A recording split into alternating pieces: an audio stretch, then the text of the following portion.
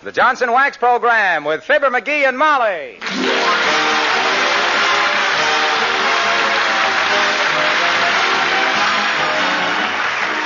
The makers of Johnson's Wax products for home and industry present Fibber McGee and Molly with Bill Thompson, Gail Gordon, Arthur Q. Bryan, B. Benaderet, and me, Harlow Wilcox. The script is by Don Quinn and Phil Leslie. The music by the King's Men and Billy Mills Orchestra.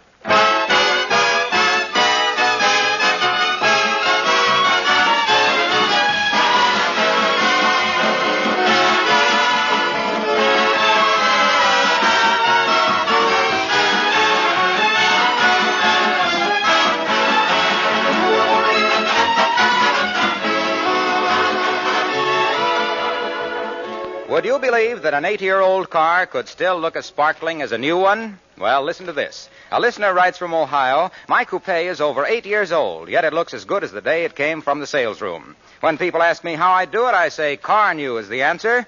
Well, now, of course, we're always glad to have folks praise Johnson's Car New. And if you try Car New yourself, you'll be mighty pleased at the beautiful polish it gives your car. And you'll be surprised, too, when you find how easy it is to use. There's no hard rubbing with Car New. You simply apply this special wax-fortified liquid with a cloth. Then you let it dry to a white powder. When you wipe off this powder, all the dirt and dullness disappear with it. And your car is not only clean, but beautifully polished, too. You see, Car New does not one, but two jobs at once. It both cleans and polishes in one application. Why not shine up your car with Johnson's wax-fortified Car New? It's spelled C-A-R-N-U.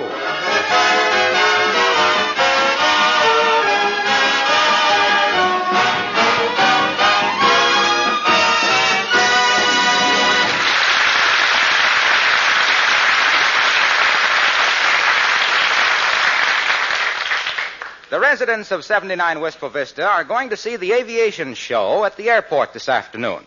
So the master, he thinks, of the house, has fortified himself by reading a couple of flying magazines, thus qualifying himself for a high rank in the HAF, the Hot Air Force. Get a load now of the poor man's Doolittle as we meet Fibber McGee and Molly.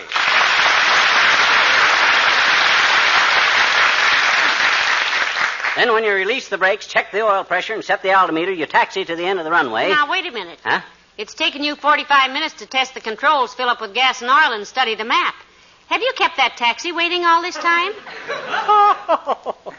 My dear girl, I see you're rather unfamiliar with pilot talk. Taxiing means to run the plane along the ground. That's for me, then. The firmer we stay on Terra, the better I like it. You know I get airsick wearing a new pair of high heels or walking over a thick rug. Well, you better get over that, Tootsie. This is the age of flight. My gosh, one of these days we might own our own little helicopter. Who knows? I do, and we won't. And it isn't helicopter. It's collyheapter. Okay. Anyway, if we do get our own polycopter, my fishing trips will be cut... No, not polycopter, dearie. It's helipopter. Oh. What did I say, pellyhookter? I meant hulipopter. Anyway, now we're at the end of the runway, ready to take off. Ready to take off what? Oh, just take off. That means get the plane into the air. You know what airborne means. Certainly, that's when the stork brings you. No. That means... And look, Pet, aside from becoming a flash expert on flying from reading 2 magazines, did you ever actually fly? Why, certainly, back in Peoria. I had several hours with an old Jenny. Now, just a minute, McGee. Maybe we weren't married then, and maybe it's none of my business, but it seems to me that there would be enough male instructors around. Hey. A Jenny was just an old pre-war crate. I don't care how old she was, the hussy. And I still have the feeling that the Wright brothers were wrong. But proceed with the lecture, Wing Commander. Roger. Where were we? Oh, yeah. We're at the end of the runway, ready for the takeoff. I slam the throttle in. She picks up speed. Grounded by a doorbell. Come in. Hello, folks.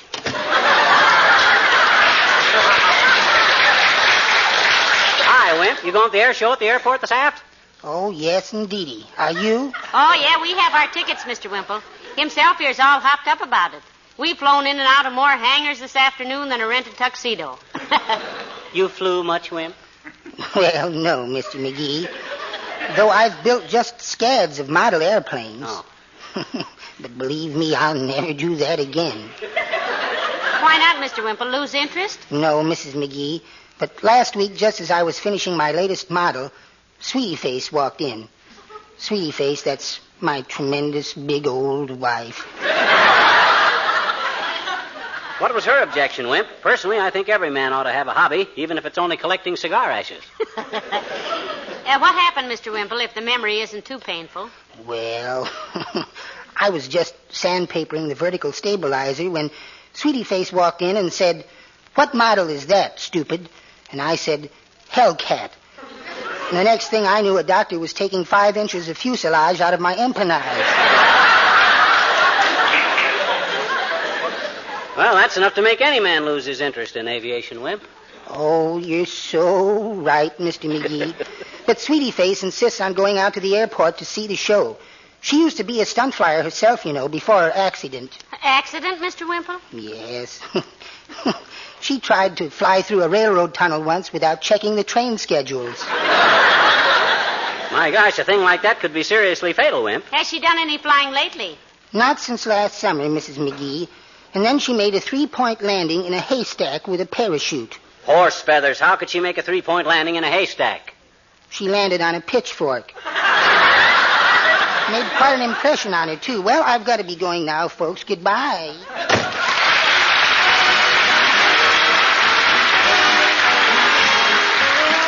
Billy Mills and the orchestra, the King's Men, and they say it's wonderful.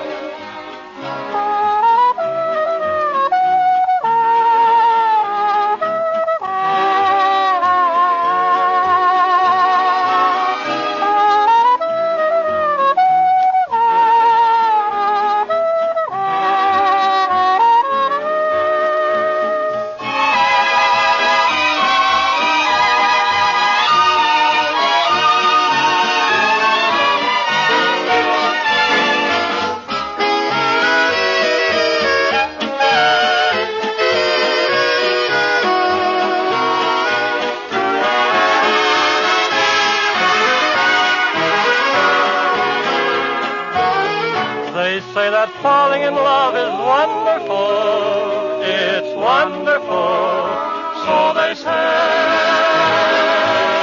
And with the moon up above, it's wonderful. It's wonderful, so they tell me. I can't recall who said it.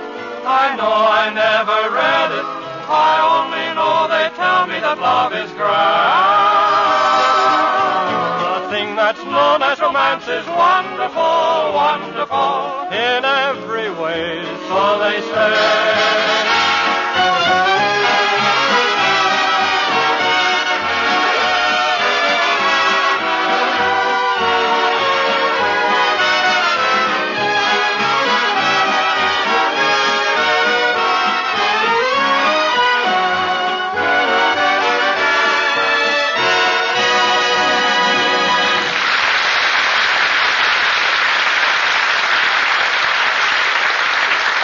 Hey, Molly, have you seen the tickets to the Aviation Show? Yes, dearie, they're right there on the piano. Is it time to leave already? I don't know. What time is it? About 1:30. Oh, we got loads of time. Well, now, I don't want to miss anything. They say there's going to be a stunt flyer out there who flies right past the grandstand upside down. Ah, kid stuff. I flew upside down on my second lesson. Yeah, but this man does it on purpose.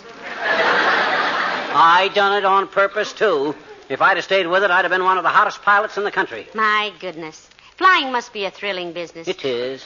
But I suppose you have to be an expert on meteorology. You sure do. Also weather conditions.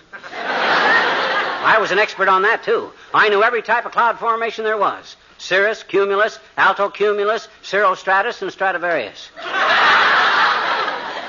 I thought Stradivarius was a violin. It is, and when you see that kind of a cloud, you want to quit fiddling around and get back to the field. I mind one time. I wonder who that could be. Oh, it's Mrs. Carstairs. Control tower to Flying Fortress. Come in, Fortress. How do you do, Mrs. McGee? Come in who, Mr. McGee? You was just practicing a few aviation expressions, Millicent. We're going to the show at the airport this afternoon. It'll be old stuff to me, of course, Carsty, though Molly might be amused by it. I used to fly a bit, you know. Indeed. What type of flying did you do, Mr. McGee? Military? Oh, no, just barnstorming, Carsty, acrobatics and stuff. I'll never forget the time I was flying over Lake Michigan and had to hit the silk. Good heavens. You mean you had to use your parachute? No, I was flying in my bathrobe and dropped a lighted cigar in my lap. I had to slap the bejunior out of myself to put out the sparks. McGee, tell Millicent that little adventure you had when you were doing the skywriting. I don't remember anything like that. Well, heavenly days, think up something. You're slipping. Okay. Well, Sir Carsty, there I was. I'll never forget the time I was doing some skywriting over the city of Cincinnati. My first and last skywriting job for Champwell's Choo Choo Chewing Gum. What happened, Mr. McGee? Or do you need more time? No, I got it. Well, sir, I wrote Champwell's Choo Choo Chewing Gum all over the Ohio sky that day, not knowing that my rudder was loose and the letters come out all crooked. That's why Champwell refused to pay me off. I don't get it. Well, I was supposed to be advertising Champwell's gum, and it come out all wriggly.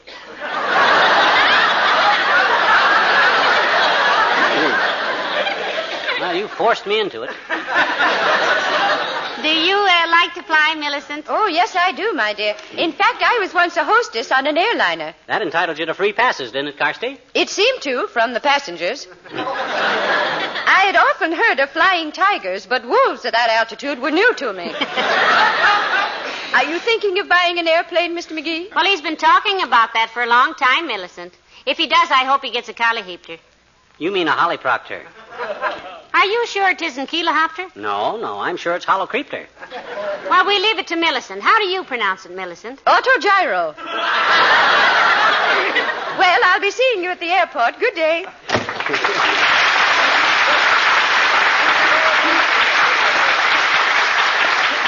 Autogyro, huh? Is that the same as a polyhopter, McGee? No. An autogyro has the vertical flap attached to the retractable cowling. Oh. Yeah. That makes the center of gravity adjustable by giving it the left rudder when using the trim tabs. Give me a pencil and I'll draw you a rough sketch of it. Don't bother, dearie. I was merely trying Hello, folks. Oh, hi, Junior. You going out to the aviation show at the airport, Mr. Wilcox? No, I wouldn't miss it. I love airplanes. Are you thinking of taking up flying, pal? What do you mean, taking it up? My gosh, I was a pilot years and years ago. Why, when Jimmy Doolittle gave me them flying lessons, he looked at me and says, "A natural," he says. When was this, McGee? One day out behind the hangar. We were playing a little game where you take a couple of... Oh, you mean, when did Doolittle give me flying lessons? Yes. Yes, when did he? Oh, that was some time ago. That was way back. Well, what time is it now? Oh, about 1:30. Oh. By the way, did I ever tell you about the amazing coincidence I ran into on a flight from Cleveland to Chicago one time? Why, no, Mr. Wilcox. What was it? Well, I got into a conversation with a pleasant-looking, smartly dressed woman sitting next to me. Oh, that. Sort of a motherly type. Motherly, eh? Did you climb up on her lap and ask her to tell you about Goldilocks and the three boars? Bears, dearie. Well, they always bored me. Go on, Mr. Wilcox. What was the coincidence? Well, during the conversation, I found out that she was an enthusiastic user of Johnson's wax. Oh. She used it all over her home. Yeah. Floors, furniture, woodwork, windowsills, luggage, everything. Yeah, but what that got to do with it? I asked her why she thought so highly of Johnson's wax, and she said it kept her whole house so bright and clean-looking it fairly sparkled. She said it protected her nice things against dust and dirt and dampness and made her housekeeping so much easier. But please, Mr. Wilcox, what was the amazing coincidence? Yeah. Why, don't you see? There we were, 8,000 feet in the air. Never saw each other before, two complete strangers. And it comes out that I sell Johnson's wax, and she uses Johnson's wax. Ah. Wasn't that a strange thing? I wrote to Ripley about it, but he never answered. Probably bowled him over so hard he couldn't lift a pen. Well, we'll be seeing you out at the airport. I'll be there, pal. Incidentally, my wife soloed last week. Really, Mr. Wilcox? By herself? No, with the church choir. So long now.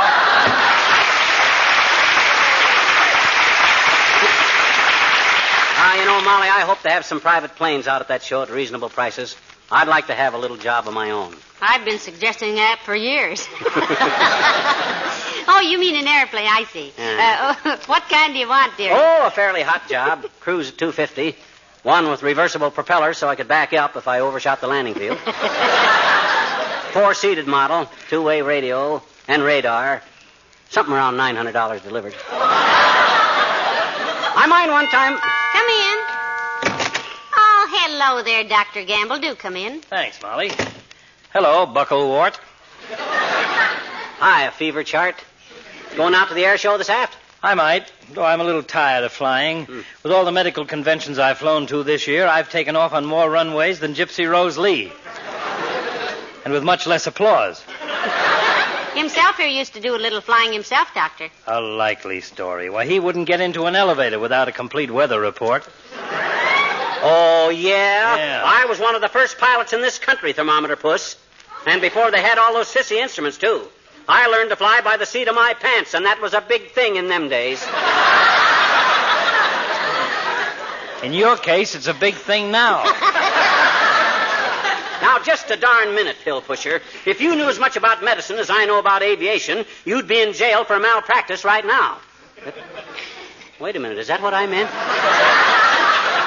Now, look, boys, and I do mean boys, because you both act like you were playing hooky from the 3rd grade. Why don't you two stop insulting each other and act like grown-up men? My dear, you're quite right. My apologies, McGee. If you say so, you are the greatest airplane pilot who ever lived. You could set a constellation down on a badminton court and do 8,000 consecutive outside loops in a concrete glider. Thank you, Doctor. I have a high opinion of you also. I think you're probably the finest physician who ever shook down a thermometer instead of a rich patient. Thank you, my boy. I hope I'll have the great privilege of seeing you fly sometime. Thank you, Doctor. I hope that sometime I may honor you by letting you x-ray me with my clothes on. I know you wouldn't take unfair advantage by diagnosing my wallet. Thank you. I sincerely trust that you... Oh, for goodness sake, stop it. This is worse than the other way. Go ahead and call each other names. Okay. Look, Melon Belly. You say you were going to be out at the air show? Why, sure, ground loop.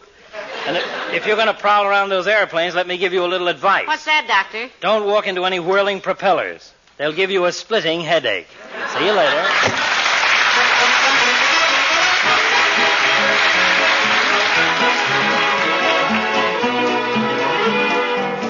The King's Men sing Old Man Tucker. Funny old man with a funny old pan, and the name of this funny old bunny was Dan. Yep, old Dan Tucker was a fine old man. He washed his face in a frying pan. He combed his head with a wagon wheel and died with a toothache in his heel. So get out the way, old Dan Tucker. Get out the way, old Dan Tucker. Get out the way, old Dan Tucker. You're too late, too late, too late for supper, too late for supper. What a hungry old fella was old Dan Tucker. Come too late for to get his supper. Supper over, breakfast a cooking, leaves old Dan all standing looking. Get out the way, old Dan Tucker. You're in the way, old Dan Tucker. Get out the way, old Dan Tucker. You're too late, too late, too late for supper, too late for supper. Old Dan Tucker, too late for supper. Old Dan Tucker, he got drunk. He fell in the fire and kicked out a chunk. A red-hot coal got in his shoe. And oh my golly, how the ashes flew. So get on the way, old Dan Tucker. Get on the way, old Dan Tucker. Oh, get on the way, old Dan Tucker. You're too late to get your supper, oh, shortening bread. Possum in the pan, should be plenty for a hungry old man. But Dan was starving for to eat corn pone with chicken meat. He went down and stole some pullets. Come running home with his pants full of bullets. Poor old Dan. You said Poor old Dan. I said old Dan Tucker is a growing gray. The time is a coming for the judgment day. When he gets to the pearly gate, I hope to goodness he won't be late. Oh, get on the way, old Dan Tucker. Get on the way, old Dan Tucker. Get on the way, old Dan Tucker. Get on the way, get on the way, get on the way, get out of his way. He won't be late for supper on that judgment day.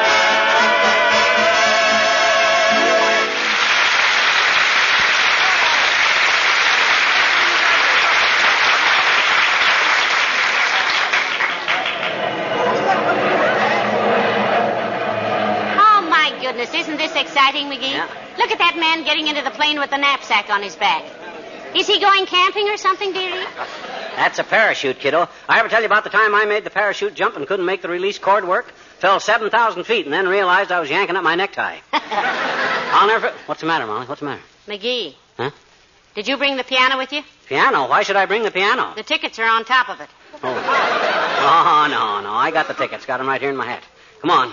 Let's go over where we can see things. One side, folks. Let's do there. Hey, Molly, look up there. You see that bunch of planes flying in formation? Ain't that about the sloppiest bunch of pilots you ever saw? Look at them. They can't even keep together. I think they fly very well for mere pigeons. Oh, are they pigeons? Maybe I better put on my glasses. Look, dearie, isn't that a pretty little red plane over there? What kind is that, do you know?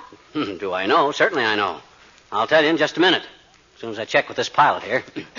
Hey, Bud, you work here? Yes, I do. I'm chief airport engineer. Why? That little red ship out there, the one they're all looking at, that's one of those... T-87. It's radio controlled. That's what I thought. You see, Molly, it's radio controlled. Isn't that wonderful? Mm-hmm. You mean it flies alone without anybody in it? That's right, lady. We're going to demonstrate it in a few minutes. It's a regular pursuit ship. We just converted it to radio control. Sure. You see, Molly, they converted it. Radio control. That's the control tower over there. We fly it from there. Control tower over there, Molly. Fly it from there. My goodness. Is it safe, sir? I mean... With those controls on it, lady, it can't go wrong. Why, it's as safe as a hammock. Safe as a hammock, Molly. Sure, you see... Oh, hi, Latriv. Oh, Mayor Latrivia, so nice to see you. Hello, Molly. McGee, looking over the planes, are you? Yep, haven't bought anything yet, but we may decide to. You flying today, Latriv? As a passenger only, McGee. I'm not a flyer, and I long ago admitted it. You did try it then, Mr. Mayor. Years ago, Molly, but I never had any talent for it. I'm a politician, not a pilot. When I set my Curtis Jenny down in Lake Dugan one night under the impression it was a vacant field, that sold me. A man should stick to his last, I always say. How was that again, Latriv? I say a man should stick to his last. His last what, Your Honor? What? Now, look, I merely said that You said a man should stick to his last, but you aren't being logical. If you'd stuck to that last plane of yours, they'd still be dragging Lake Dugan for you, and they... I didn't say a man should stick to his last plane. I said that... Oh, yes, you did, Your Honor. Yes, you said it just as plain as anything. I didn't say it plain, distinctly. I meant plain, P-L-A-N-E, and the phrase sticking to your last is an old cobbler's expression that means... that's for me, boy, I love it. What's your favorite, Latriv, apple or peach? Apple or peach what? Cobbler. I make a strawberry cobbler that McGee says is I the was best. not talking about food. I meant shoemaker. You mean Eddie Shoemaker that runs the hamburger joint on Oak Street? My gosh, he serves the worst cobbler in town. I ate there once. I did not mean Eddie Shoemaker. Oh. I meant any shoemaker. Didn't you ever hear of a shoemaker being called a cobbler? No, but if my shoemaker doesn't get my evening slippers back this month, he'll be called worse than that. You know, he's had them so long that please, let's get this straightened out. My original statement was that man should stick to his last. That's what I first said. That's right, Your Honor. The first thing you said was last. Right. Now then, the expression I used is a very old one, which means that a man should do what he can do best. Do I make myself clear? Sure, but why try to drag old Eddie Shoemaker into it? Just because he serves lousy apple cobbler is no reason... I was not dragging cobbler appler into... Eddie Shoestickler was... Look, when I said that a plane first, a stick should last to a... When I landed in Dugan's car, the pond... You said it was... I was the one who... And it wasn't...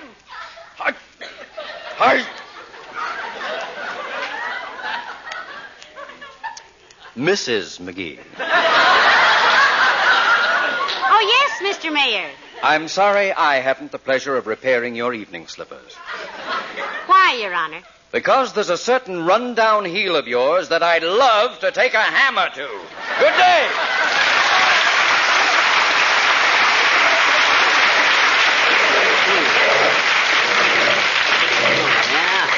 A run-down heel, am I? I'll show that baby kisser, that two-bit politician, which of us is smartest, and I won't land in Dugan's Lake, too, either. McGee, what are you going to do? Come back here. I'll show him if I can fly or not right now. I'm going to fly that little red plane. What do I care if it is radio-controlled? Don't go away, Bonnie. Don't go away. I'll be right back.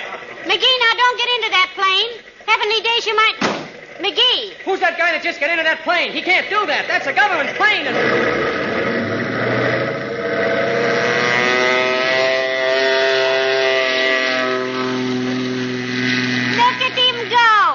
Isn't he a wonderful little fella?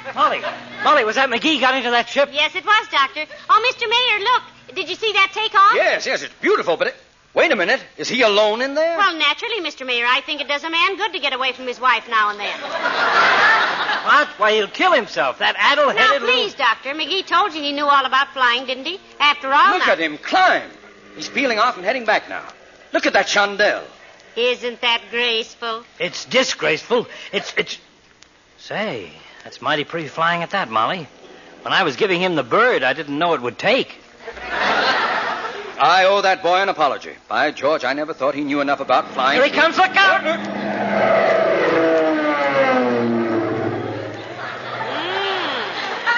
He was a little low, wasn't he? Yes. Pick up my hat, will you, Doctor? I'm afraid to take my eyes off him.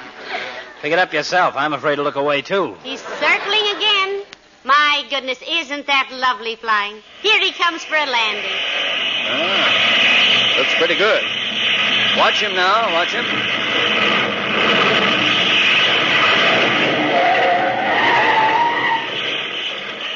Marvelous. Amazing. Come on, let's get over there. Yeah. Hurry up. I hope he's all right.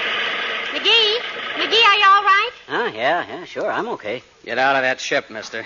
You got a lot of crust taken off a government ship without... Okay, old Bud, okay, Bud, relax. No damage done. McGee, that was wonderful flying. By George, I never thought you could do it. Huh? Should we tell him, Molly? Yeah. Yeah.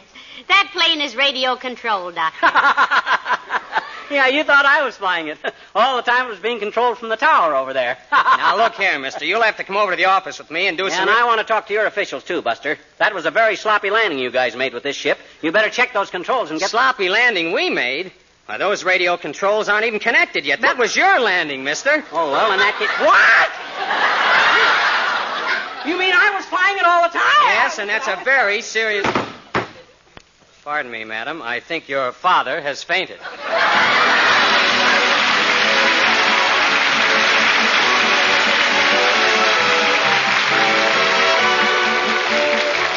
They say a woman's work is never done. You ladies will agree with that, but I think you'll agree, too, that today there are many ways to save work. For example, kitchen floors that are protected with Johnson's Glow Coat can be crossed right off your list of difficult chores. It's so easy to apply, for one thing. There's no rubbing or buffing. You just spread it around on your linoleum or other floors and let it dry. Glow Coat shines itself. In 20 minutes, you have gleaming floors that you can be proud of. And that's only one of the ways Johnson's Glow Coat saves you work. Don't forget, too, that the tough Glow Coat film takes the wear and tear, so your linoleum lasts much longer. If you're not using Johnson's self-polishing Glow Coat, wouldn't it be a very good idea to start using it now?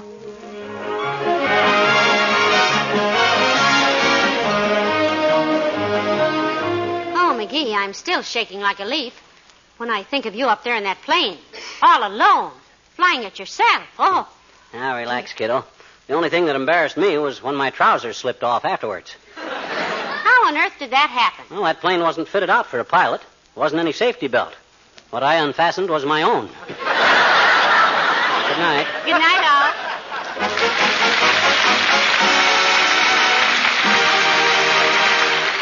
This is Harlow Wilcox speaking for the makers of Johnson's Wax Products for Home and Industry, inviting you to be with us again next Tuesday night. Good night. This is NBC, the National Broadcasting Company.